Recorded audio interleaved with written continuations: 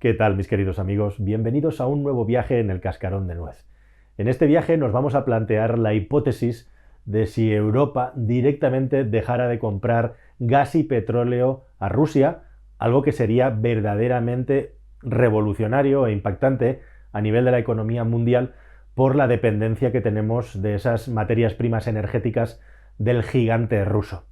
Si recordáis y seguís este canal, hace unos tiempos publiqué un vídeo, no tantos, en las que sacaba una miniatura que tenía cualquier cosa menos inocente, menos inocencia en su interior y bueno, pues tenía unos cuantos mensajitos en el interior. Era una miniatura que aparentemente esperaba que fuera llamativa, pero también pintoresca porque aparecían ni más ni menos que King Kong, que era Estados Unidos, luchando contra Godzilla, que es China, y entre medias estaba Rusia en el papel de ese gato que podríamos decir que es el personaje ajeno, pero que está vigilando con mucha atención la guerra entre los dos gigantes. Y ese vídeo hablaba de Europa, pero sin embargo Europa no aparece en la miniatura. Y esto no es absolutamente casual. Y justamente lo que contaba en ese vídeo es cómo Europa, debido a su incompetencia y a su inoperancia, se ha convertido en un monigote, en una marioneta que está por debajo y totalmente a merced de los designios y de las decisiones de estas tres potencias, las dos superpotencias económicas y la superpotencia militar y energética que igualmente es Rusia. En ese vídeo os lo explicaba, no había estallado la guerra y todo lo que se cuenta en ese vídeo es una cuestión 100% de actualidad y uno de los grandes problemas que tiene Europa, precisamente de los que se habla y nunca se hace nada, son de las dos cosas que más nos estamos acordando ahora. De la independencia energética de Europa e igualmente de la política de seguridad común que está ahora mismo justamente además con un personaje español, José Borrell, en el papel de Mr. Pesk, ahí materializado en un ser humano que justamente es la persona que tiene que desarrollar una política de seguridad común, como digo, en Europa.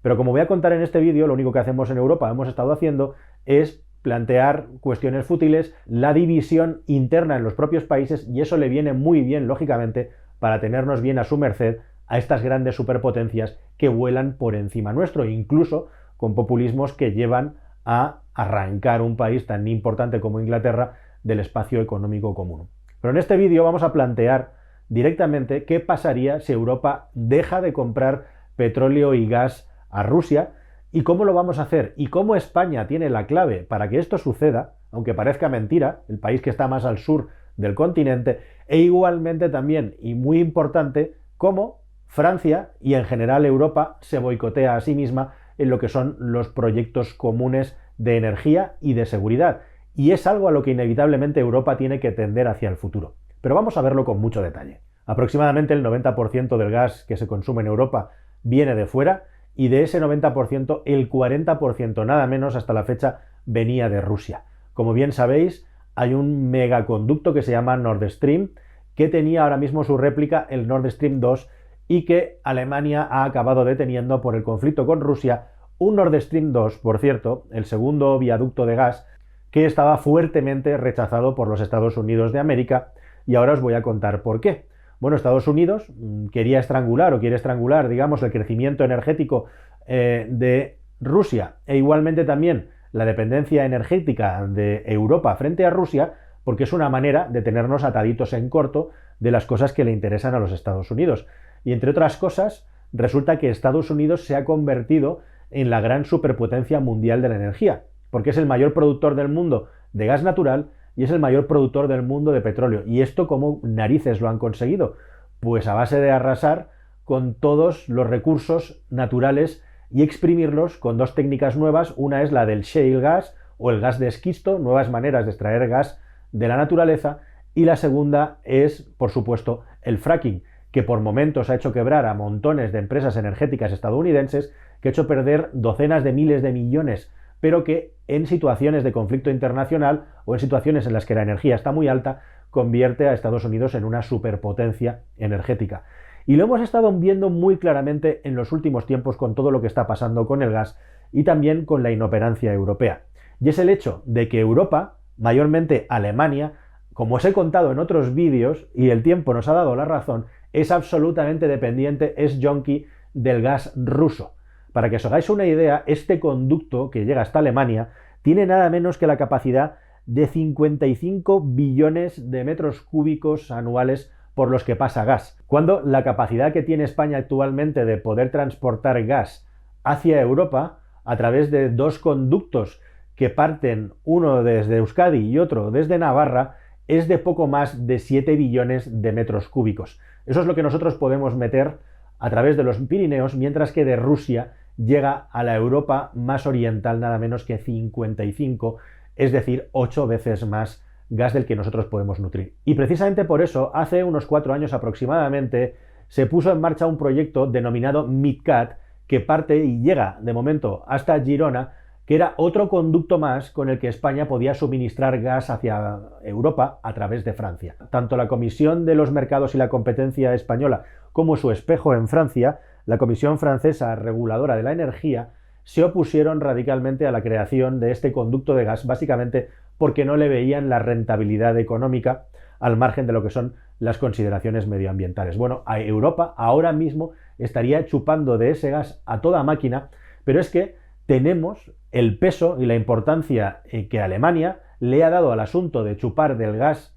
ruso por una cuestión, como digo, de costes y de tener una independencia energética por encima de hacer crecer la interdependencia energética europea y hacer crecer un proyecto común. Esto se lo tenemos que agradecer, lógicamente, a Alemania, de la misma manera también que tenemos que agradecer la inoperancia de las autoridades españolas para ser incapaces de manejar el conflicto que hay entre Marruecos y Argelia. Sabréis muy bien que hasta la fecha nos estábamos nutriendo de dos vías básicas de gas, una a través de Marruecos y una a través de Argelia, y que debido al conflicto entre Argelia y Marruecos, el que era más importante, la tubería más grande, la que viene de Marruecos, está actualmente cortada y este invierno hemos tenido que tirar sin ella. Un invierno en el que, por cierto, tanto por la parte rusa hacia Alemania como por la parte argelina hacia España, han decidido duplicar los precios del gas cuando peor estaban las cosas, participando y además acrecentando todavía más la crisis del precio del gas que hemos tenido en nuestro país. Немецкой общественности не нравится атомная энергетика. Ну, я не хочу давать никаких комментариев. Вот, но я вообще не понимаю, чем вы будете топить. Газа не хотите, атомную энергетику не развиваете. А что вы будете? Дровами топить? Ну, дрова тоже в Сибирь надо ехать. Чтобы...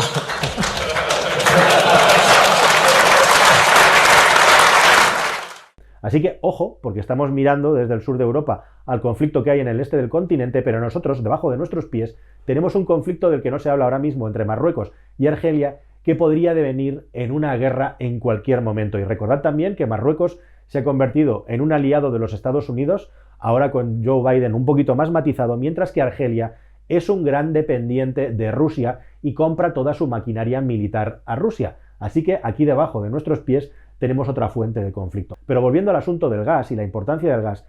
antes de hablar de cómo España puede ser la solución, tened en cuenta también que distintas agencias y empresas calculan que de aquí al año 2040 el gas y su consumo va a crecer en Europa un 40% y que países como China, para hacer la transición energética igual que nosotros, la transición hacia economías y energías más verdes, va a aumentar hasta un 300% su consumo de gas y que el gas es sí o sí la energía que más se va a utilizar de respaldo a medida que vamos haciendo crecer, vamos a ver cuánto las renovables, y mientras las centrales nucleares las ponemos a su máxima potencia el máximo de tiempo posible. Así que, ¿qué solución nos queda? Si de momento no tenemos suficientes conductos para transmitir todo el gas hacia los grandes consumidores europeos y tener una seguridad gasística común, bueno, pues España tiene una clave muy importante. Y es que España tiene actualmente prácticamente el 25% de la capacidad regasificadora de Europa. Tenemos 6 plantas regasificadoras puestas alrededor de todo el país, a la que hay que sumar además las que tiene Portugal, con las que podemos tener una tremenda capacidad de suministrar gas hacia Europa, pero en este caso no a través de viaductos que vengan desde África, que tienen que venir, y hay más proyectos, sino a través de los grandes barcos que transportan el gas natural licuado, que es otra manera de transportar gas a 160 grados bajo cero de temperatura, en la que se conserva en un estado líquido, esos grandes barcos que estás viendo en la imagen. Una de las maneras que tiene Europa de poder superar esta escasez de gas proveniente de Rusia es directamente ir aumentando sus reservas cuando no hay consumo de gas, es decir, ahora que comienza la primavera, en el verano y el otoño, para que cuando comience el invierno tengamos los tanques de almacenamiento, los almacenes tanto artificiales como naturales, lo más llenos posibles. En definitiva, que durante todo el año 2022 va a haber un montón de trabajo en Europa para ir acumulando reservas como si fuera una ardilla y sus mofletes o como si fuera un oso que come mucho para luego hacer la hibernación, para luego pasar el invierno que va del 22 al 23. Y para eso se van a movilizar cientos de barcos que van a traer el gas. ¿Y de dónde lo van a traer? Pues normalmente lo van a traer de los Estados Unidos de América y también de otros países terceros, como por ejemplo Qatar. Con lo cual vamos a pasar de tener una gran dependencia del gas ruso a tener una gran dependencia del gas de los americanos e igualmente también de los socios de los Estados Unidos. Y esto es muy importante y muy interesante porque, como digo, España diplomáticamente es incapaz de desbloquear la situación con Argelia y con Marruecos para jugar a su favor en lo que se refiere al consumo de energía. De hecho, España lo que está haciendo para intentar revertir la situación con Marruecos es mandarle gas a Marruecos por esa tubería, pero al revés, que va sacando de lo que consume de Argelia, para enfado, entiendo, con Argelia, que como digo, nos ha subido mucho los precios en los últimos tiempos. Pero este es el cuadro, esta es la estrategia, y de no haber sido de la miopía de las autoridades españolas, y especialmente de las francesas, que intentan siempre ganar la partida cuando se trata de hacer economías conjuntas entre España y Francia. Otro día hablamos del ferrocarril y lo que está pasando con los AVEs, que es muy fuerte igualmente, pues hacen que todo dentro de nuestro continente, los intereses nacionales, especialmente cuando hablamos de cosas estratégicas, se antepongan a los de toda la comunidad. Así que el gas licuado, que siempre ha sido durante toda la vida un último recurso para Europa porque era lo más caro, va a acabar siendo seguramente una de nuestras fuentes fundamentales para poder afrontar el invierno de 2022-23, porque todo parece indicar que esto de Rusia y Ucrania va para largo y nos va a dar para mucho tiempo, desde luego, para ver qué ocurre. Y solamente un cambio radical en Rusia, un cambio de régimen, podría provocar que de nuevo Europa vuelva a mirar a Rusia con confianza y estrechar lazos en materia energética. Y si es interesante lo del gas, que es mucho más difícil de suplir del petróleo, ¿qué decir del petróleo? Rusia produce 11 millones de barriles de petróleo al día, más o menos, de los cuales la mitad son para consumo interno, para consumo propio y, entre otras cosas, para alimentar su gigantesca maquinaria militar. Y la otra mitad que le queda lo dedica a la exportación. Y de esos 5 millones de barriles más o menos que vende fuera, la mitad de nuevo la consume Europa, especialmente los países de Europa Central, pero también el resto de países de Europa. Y de esos 2,5 millones que quedan, aproximadamente un tercio, como el equivalente a 700.000 barriles de petróleo, pasan a través de un oleoducto que se llama el Druzhba, que va hasta Europa pasando por Bielorrusia. E igualmente también Rusia tiene los dos brazos abiertos, tiene otro brazo abierto hacia Asia y es el equivalente a 1,6 millones de barriles de petróleo que acaban en China y también en Corea del Sur y Japón. ¿Qué pasaría si Europa le corta el grifo a Rusia? Bueno, pues el tema del petróleo es mucho más dúctil y digamos es como una especie de puzzle en el que las piezas se recolocan. Ya ha pasado anteriormente por cuestiones técnicas que estos oleoductos se han cortado. Por ejemplo, hace unos años hubo un problema muy serio con el oleoducto porque se detectaron ciertos niveles de contaminación que podían hacer que las refinerías acabaran averiadas con unos costes multimillonarios. Y Europa comenzó a comprar el petróleo en otros países mientras Rusia lo recolocaba. E igualmente también con el asunto de Crimea hubo unos movimientos en los que se amenazó a Rusia por parte de países saudíes con inundar el mercado de petróleo y bajar el precio hasta que Rusia no pudiera vender a un precio competitivo si iba más allá de Crimea, y se consiguió detener el avance ruso. Pero lo cierto y lo muy interesante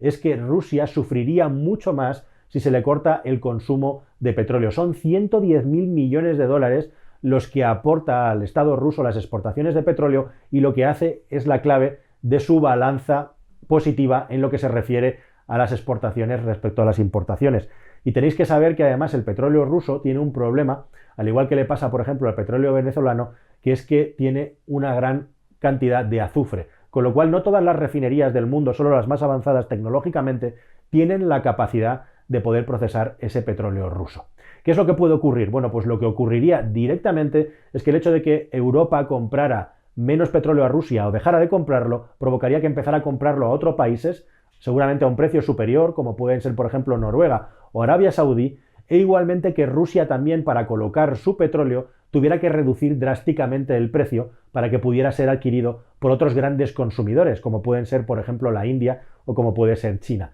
Eso es lo que ocurriría y es lo que ya se ha visto en el pasado cuando por motivos técnicos o por motivos políticos a Rusia se le ha dejado de comprar mucho del crudo que estaba vendiendo en el mercado mundial. A merced de nuevo de los países, de los grandes productores de petróleo, que por cierto, por el momento, si pasamos de la teoría a la práctica, lo que están decidiendo es no aumentar la producción de petróleo hasta la fecha, ni tampoco poner en el mercado las múltiples reservas que tienen. ¿Qué es lo que está provocando esto? Pues está provocando justamente que el precio del petróleo se acerque a los récords históricos máximos e igualmente también que estemos viendo los precios de las gasolinas más altos que nunca. Pero en definitiva, el mercado mundial del petróleo se acabaría reorganizando y Rusia sufriría muchísimo. Nosotros una inflación extra hasta que las presiones de las grandes potencias consiguieran que se pusiera más petróleo en el mercado, si es que se consigue. Ojo, porque estamos al límite de la producción en muchos casos y Rusia sufriría una crisis económica probablemente sin precedentes que podría acabar con una implosión del propio sistema. La verdad es que por lo que está ahora mismo Occidente y Europa es justamente por cortar al máximo la compra de energía para Rusia y vamos a ver en este juego de dolor, que es como un combate de boxeo, en